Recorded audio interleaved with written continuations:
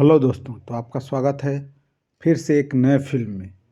और ये मूवी रामचरण का है दोस्तों। ये मूवी बहुत ही नया है, 2025 का है, जो 10 जनवरी 2025 को रिलीज़ हुआ है। और इसका रेटिंग है 10 में से 6.8। तो दोस्तों, ये मूवी इतना अच्छा है ना कि मैं कह नहीं सकता हूँ आपको। और वो मूवी का नाम है गेम चेंजर।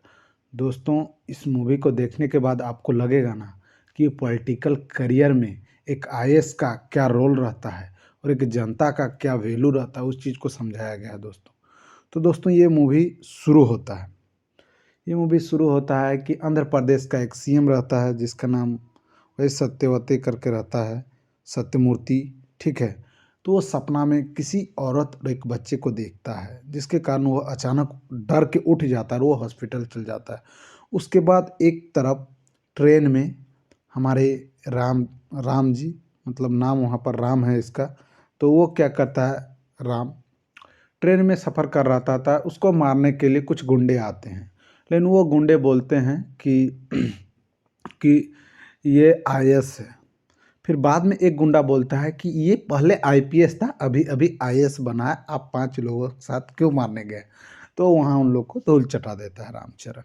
उसके बाद फिर क्या होता है कि वहाँ से मारने के बाद वो घर चला आता है, और घर आने के बाद वो अपनी मम्मी पापा और सबसे बहन भाई से मिलता है। तो उसका मम्मी बोलती है एक शादी कर लो, शादी कर लो, क्योंकि वो आईएएस बन चुका था, एक सक्सेसफुल मैन बन चुका था। लेकिन वो मना कर देता है क्योंकि वो किसी और से प्यार करता था। उसके बाद फिर वो आ जाता है अपना आईएएस की ड्यूटी के लिए। तो ड्यूटी में आने के बाद वो क्या करता है, सबसे पहले वो कहता है कि जितने भी ऑफिसर हैं इस ज़िले के सबको बुलाया जाए, और मीटिंग रखता है। और जितने बिजनेसमैन, कॉरपोरेट सेक्टर, जितना भी काला धन का ये रहता है, सबको बुलाता है और सबको एक एक करके धूल चटा देता है। उसके बाद फिर धीरे धीरे करप्शन को कम करना चाहता है, लेकिन वहीं पर सत्यमूर्ति का जो नाम रहता है उसी का एक, ये क्या बोलते हैं, उसी का एक पार्टी का, सत्यमूर्ति के बेटे मतलब सीएम का बेटा, वो बहुत ही काला धन बालू का करता था। और ये मॉल भी जला दिया, बालू का ये भी बंद करवा दिया, और इधर आपका कारखाना जो रहता है उसको ब्लास्ट करवा दिया। उसके बाद क्या होता है, वहाँ से ये होने के बाद वो फिर अपने भाई का शादी में जाता है, तो वहाँ पर बहुत दारू पीता है। पीने के बाद 6-7 दोस्त बैठे रहते हैं और पूछते हैं कि तुम क्यों नहीं शादी करते हो, तुमको भी कर लेना चाहिए। लेकिन ये कुछ नहीं बोलता है, और वो फिर बाद में वो दोस्तों को बोलता है कि मैं अपनी कहानी सुनाता हूँ कॉलेज के दिनों का, और वहाँ से वो अपना एक स्टोरी बताना शुरू करता है। तो वहाँ पर वो, और इससे पहले उधर सीएम जो है हॉस्पिटल में रहता है, और वो क्या करता है कि वो सोचता है कि अब मैं एक अच्छे तरीके से सीएम करूँगा, ऐसा गलत काम सारे बंद करूँगा, ये वो भाषण दे देता है, जिसके कारण उसके बेटे को, दोनों बेटे को बहुत खराब लगता है। उसके बाद रामचरण अपना स्टोरी शुरू करता है कॉलेज के दिनों का, जो कि उस कॉलेज में जब वो राम पढ़ता था, तो वहाँ पर उसको बहुत ही गुस्सा आता था। मतलब कोई भी गलत करता था ना, तो ये बहुत ही उसको मारता था, बहुत ज़्यादा मारता था। तो एक बार क्या हुआ, गलती से वो, एक प्रोफेसर रहता है जो कि किसी लड़की को छेड़ता है, उसको मार देता है। लेकिन मारना किसी दूसरे को था और वो किसी और को मार देता है, जिसके कारण जिसके कारण क्या होता है कि उसके जो पीछे उसकी बेटी बैठी रहती है, जिसका नाम रहता है दीपिका। तो वो बहुत ही गुस्साती है। बाद में पता चलता है राम को कि ये उसका, ये बेटा राम ये रामनंदन जो है, उसको बाद में पता चलता है कि ये उसका बेटी है, और ये वो प्रोफेसर नहीं है जो लड़की को छेड़ा था। उसके बाद रामनंदन क्या करता है कि ऐसा होने के बाद वो सोचने लगता है, और फिर वो क्षमा मांगता है और निकल जाता है। उसके बाद फिर उसको लेकिन गुस्सा बहुत ज़ोर आता है, तो फिर धीरे धीरे वो दीपिका को ही पटा लेता है। उसके बाद पटाने के बाद क्या करता है वो फिर चल जाता है, और उसी तरह कॉलेज के लाइफ में वो पूरा बिजी हो जाता है। उसके बाद दीपिका बोलती है कि तुम इसको एक अच्छे तरीके से अगर लाओगे ना, तो तुम इसमें गौरव पा सकते हो, जो तुम्हारा गुस्सा है, धुस करके ऐसा कुछ बोलती है उसको हीरोइन दीपिका। तो वो बोलने के बाद कुछ उतना रिएक्ट नहीं करता वो शुरू शुरू में, लेकिन जब प्यार हो जाता है दीपिका से, तो उसके बाद वो क्या करता है, ठीक है, तो फिर वो प्यार करने के बाद वो उस चीज़ को, गुस्सा कंट्रोल करने लगता है। और वो लड़की हमेशा पहले ही हिदायत देती है कि अगर तुम आईपीएस बने तो मैं तुमसे दूर चला जाऊंगा। रामनंदन को राम को ये दे देता है। रामनंदन को ये वचन, मतलब वो जो दीपिका रहती है वो बोल देती है तुम आईपीएस बनोगे तो मैं तुमसे प्यार करता हूँ, मैं दूर चला जाऊंगा। तो वो फर्स्ट अटेम्प्ट में आईपीएस बन जाता है। तो दीपिका उसको छोड़ के बहुत दूर चला जाती है और लगभग 10-12 सालों से 6 सालों से उससे कांटेक्ट नहीं हो पाता है। तब से ये रामनंदन तैयारी करते रहता है और आईएएस बन जाता है। और आईएएस बन के जब वो एक बार जिले में आता है और वहाँ पर सारा चीज़ होने के बाद फिर वो शादी में ये अटेंड करने आता है, तो वहाँ पर वो एक जो लड़का था ना जो इस स्टोरी में वो बोलता है बाद में लास्ट में, जैसे ही वो स्टोरी दी एंड होता है, बोलता है कि मैं एक दीपिका को जानता हूँ। तो वो मोटा टाइप का एक आदमी रहता है, बोलता है मैं दीपिका को जानता हूँ। तो वो बोलता है कौन है कौन है, तो उसको एकदम 1.5 दिन तक उसको सताता है और फिर बाद में बताता है। फिर ये क्या कहता है रामनंदन, वो आईएएस रहता है, वो मिलने जाता है। लेकिन वो एक एरिया किसी भी जिला में आईएएस का जाने का कुछ रूल्स होते हैं, तो वो अपने रूल्स के हिसाब से इधर ही रहता है। और दोनों को जब एक उसका एक पादरी टाइप का रहता है उसके साइड हमेशा रहता था, वो क्या करता है अधिकारी के पीछे एक सेवक रहता है ना उसी टाइप में, वो जाता है बात पहुंचाता है, लेकिन ये नहीं जाता है। फिर वो गाड़ी निकाल के चलने लगता है रामनंदन, तो अचानक फिर उधर से दीपिका दौड़ के आती है और बाद में पता चलता है उधर का आईएएस ऑफिसर आता है वहाँ का, कि हाँ इन लोग का कुछ रूल होता है। उसके बाद फिर अगला बार जब मिलने आता है तो वो रूल को क्रॉस कर देता है। उसके बाद फिर से एक बार मिलने आता है तो वहाँ पर एक वो ओल्ड एज होम में रहती है। इस बार वो परमिशन लेके आता है, ओल्ड एज होम में रहता है। तो वहाँ पर वो क्या करती है, ओल्ड एज होम वाले जितने भी बूढ़ा बूढ़ी को देखता है, तो एक बूढ़ी ऐसी थी जिसको बस पिटिशन पिटिशन मुख्यमंत्री को लिखते रहती थी। तो जब वो उसको वहाँ का प्रोटोकॉल आईएएस का ही रहता है तो वो उसको मिला था।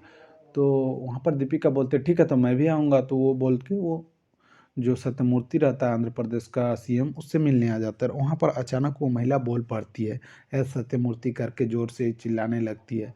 तो वो समझ जाता है कि कौन है क्या है, वो उसके सपने में जो आ रहा था वही था।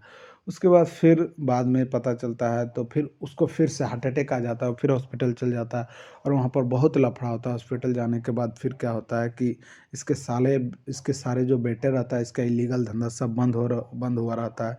तो वो आता है फिर रामनंदन से बात करने, लेकिन ये इसको रूल्स पढ़ाते रहता है, संविधान के बारे में बताता है, तो वो डर जाता है थोड़ा सा। उसके बाद फिर क्या होता है कि ये सत्यमूर्ति को मार देता है उसका बेटा। राम रामनंदन जो रहता है वो आईएएस रहता है, लेकिन जो सीएम का सत्यमूर्ति का जो बेटा रहता है वो सीएम का कुर्सी का पद को पाना चाहता था, उसको मार देता है सत्यमूर्ति जी को। उसके बाद फिर अंतिम में एक सभा नाम का उसके सीएम के साथ रहता था, वो अंतिम वीडियो पूरा प्रेस में दिखा देता है कि अगला सीएम रामनंदन बनेगा।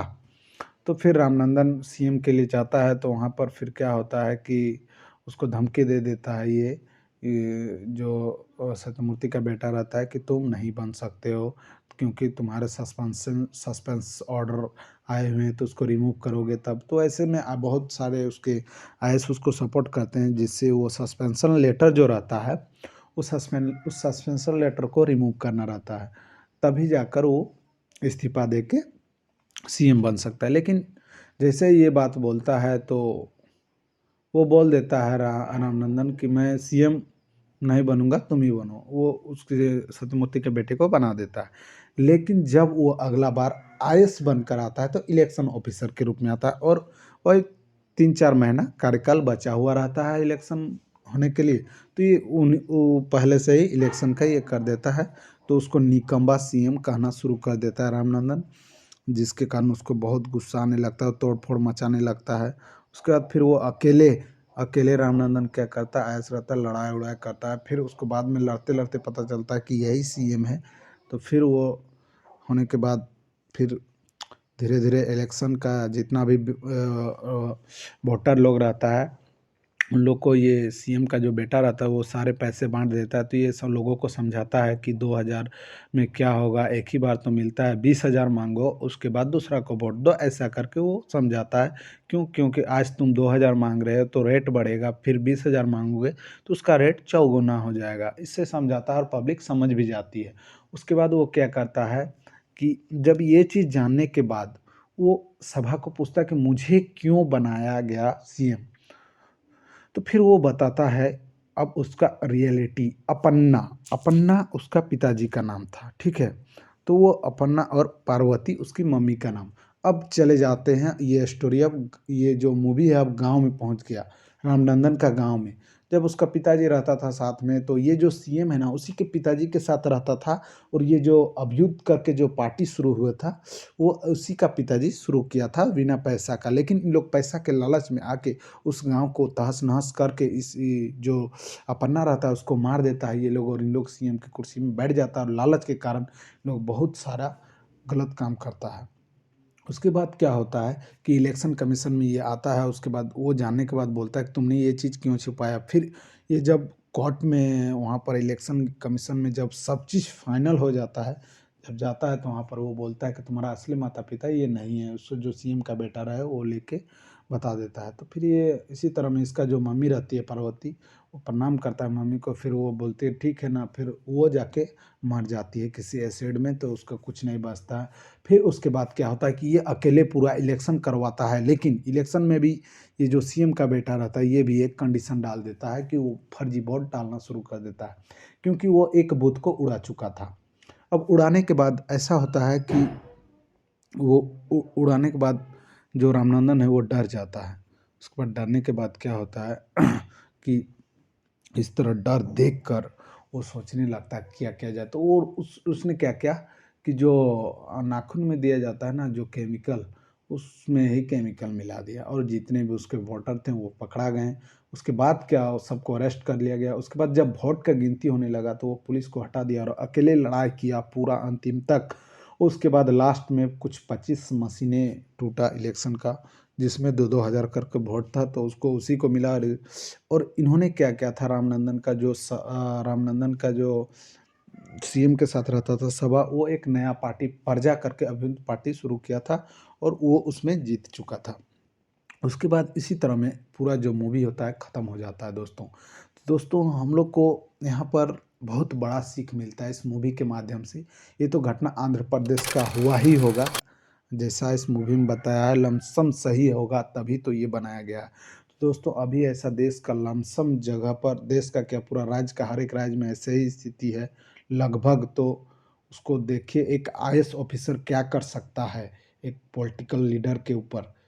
ये अगर एक आईएएस अधिकारी समझ जाता है दोस्तों तो पूरा राज्य सुधर सकता है। इसके बारे में बताया गया, और ये भी बताया गया कि जनता को कैसे जागरूक होना चाहिए। हमेशा अंधाधुंध वोट नहीं करना चाहिए, वोट का महत्व को समझना चाहिए। अगर आप लोग ये मूवी देखिएगा ना दोस्तों तो समझ में आएगा आखिर इस मूवी का नाम गेम चेंजर क्यों पड़ा। क्योंकि आईएएस आईपीएस ये दोनों रहता था, लेकिन इसमें love story, thrill, action, drama सब चीज़ भरा, और पॉलिटिक्स का तो इसमें बहुत हेवी भरा हुआ है दोस्तों। उसके बाद ये मूवी तो मैं कहूँगा कि सभी को ही देखे दोस्तों, जितने भी लोग हैं जिनको लगता है कि आखिर ये राज्य क्यों कैसा चल रहा है, क्या हो रहा है, सारा चीज़ इसमें बताया गया है दोस्तों कि पॉलिटिकल क्या होता है, आईएएस आईपीएस लोग कैसे उसको पॉलिटिक्स को चलाते हैं। तो आईएएस अगर नहीं रहेगा ना दोस्त तो पॉलिटिक्स कभी नहीं, जो नेता रहता है वो कभी कुछ नहीं कर पाएगा। एक आईएएस के बिना ये पॉलिटिक करियर बेकार है दोस्तों, धब्बा जैसा लगता है। पॉलिटिशियन पढ़ता ही नहीं साला, पढ़ा हुआ नहीं रहता है उतना, कुछ लोगों को छोड़कर। उसके बाद दोस्तों अगर आप ये मूवी देखना चाहते हैं, बहुत ही मोटिवेशनल मूवी है दोस्तों, रेटिंग पर मत जाइएगा। अगर आप ये मूवी देखना चाहते हैं तो आप ऐसे दोस्तों को शेयर करें जो कि ये राज्य में क्या चल रहा है वो चीज़ों को समझे। दोस्तों ऐसे तो लमसम सभी लोगों को शेयर करें जो भी अपने दोस्त हैं, और सभी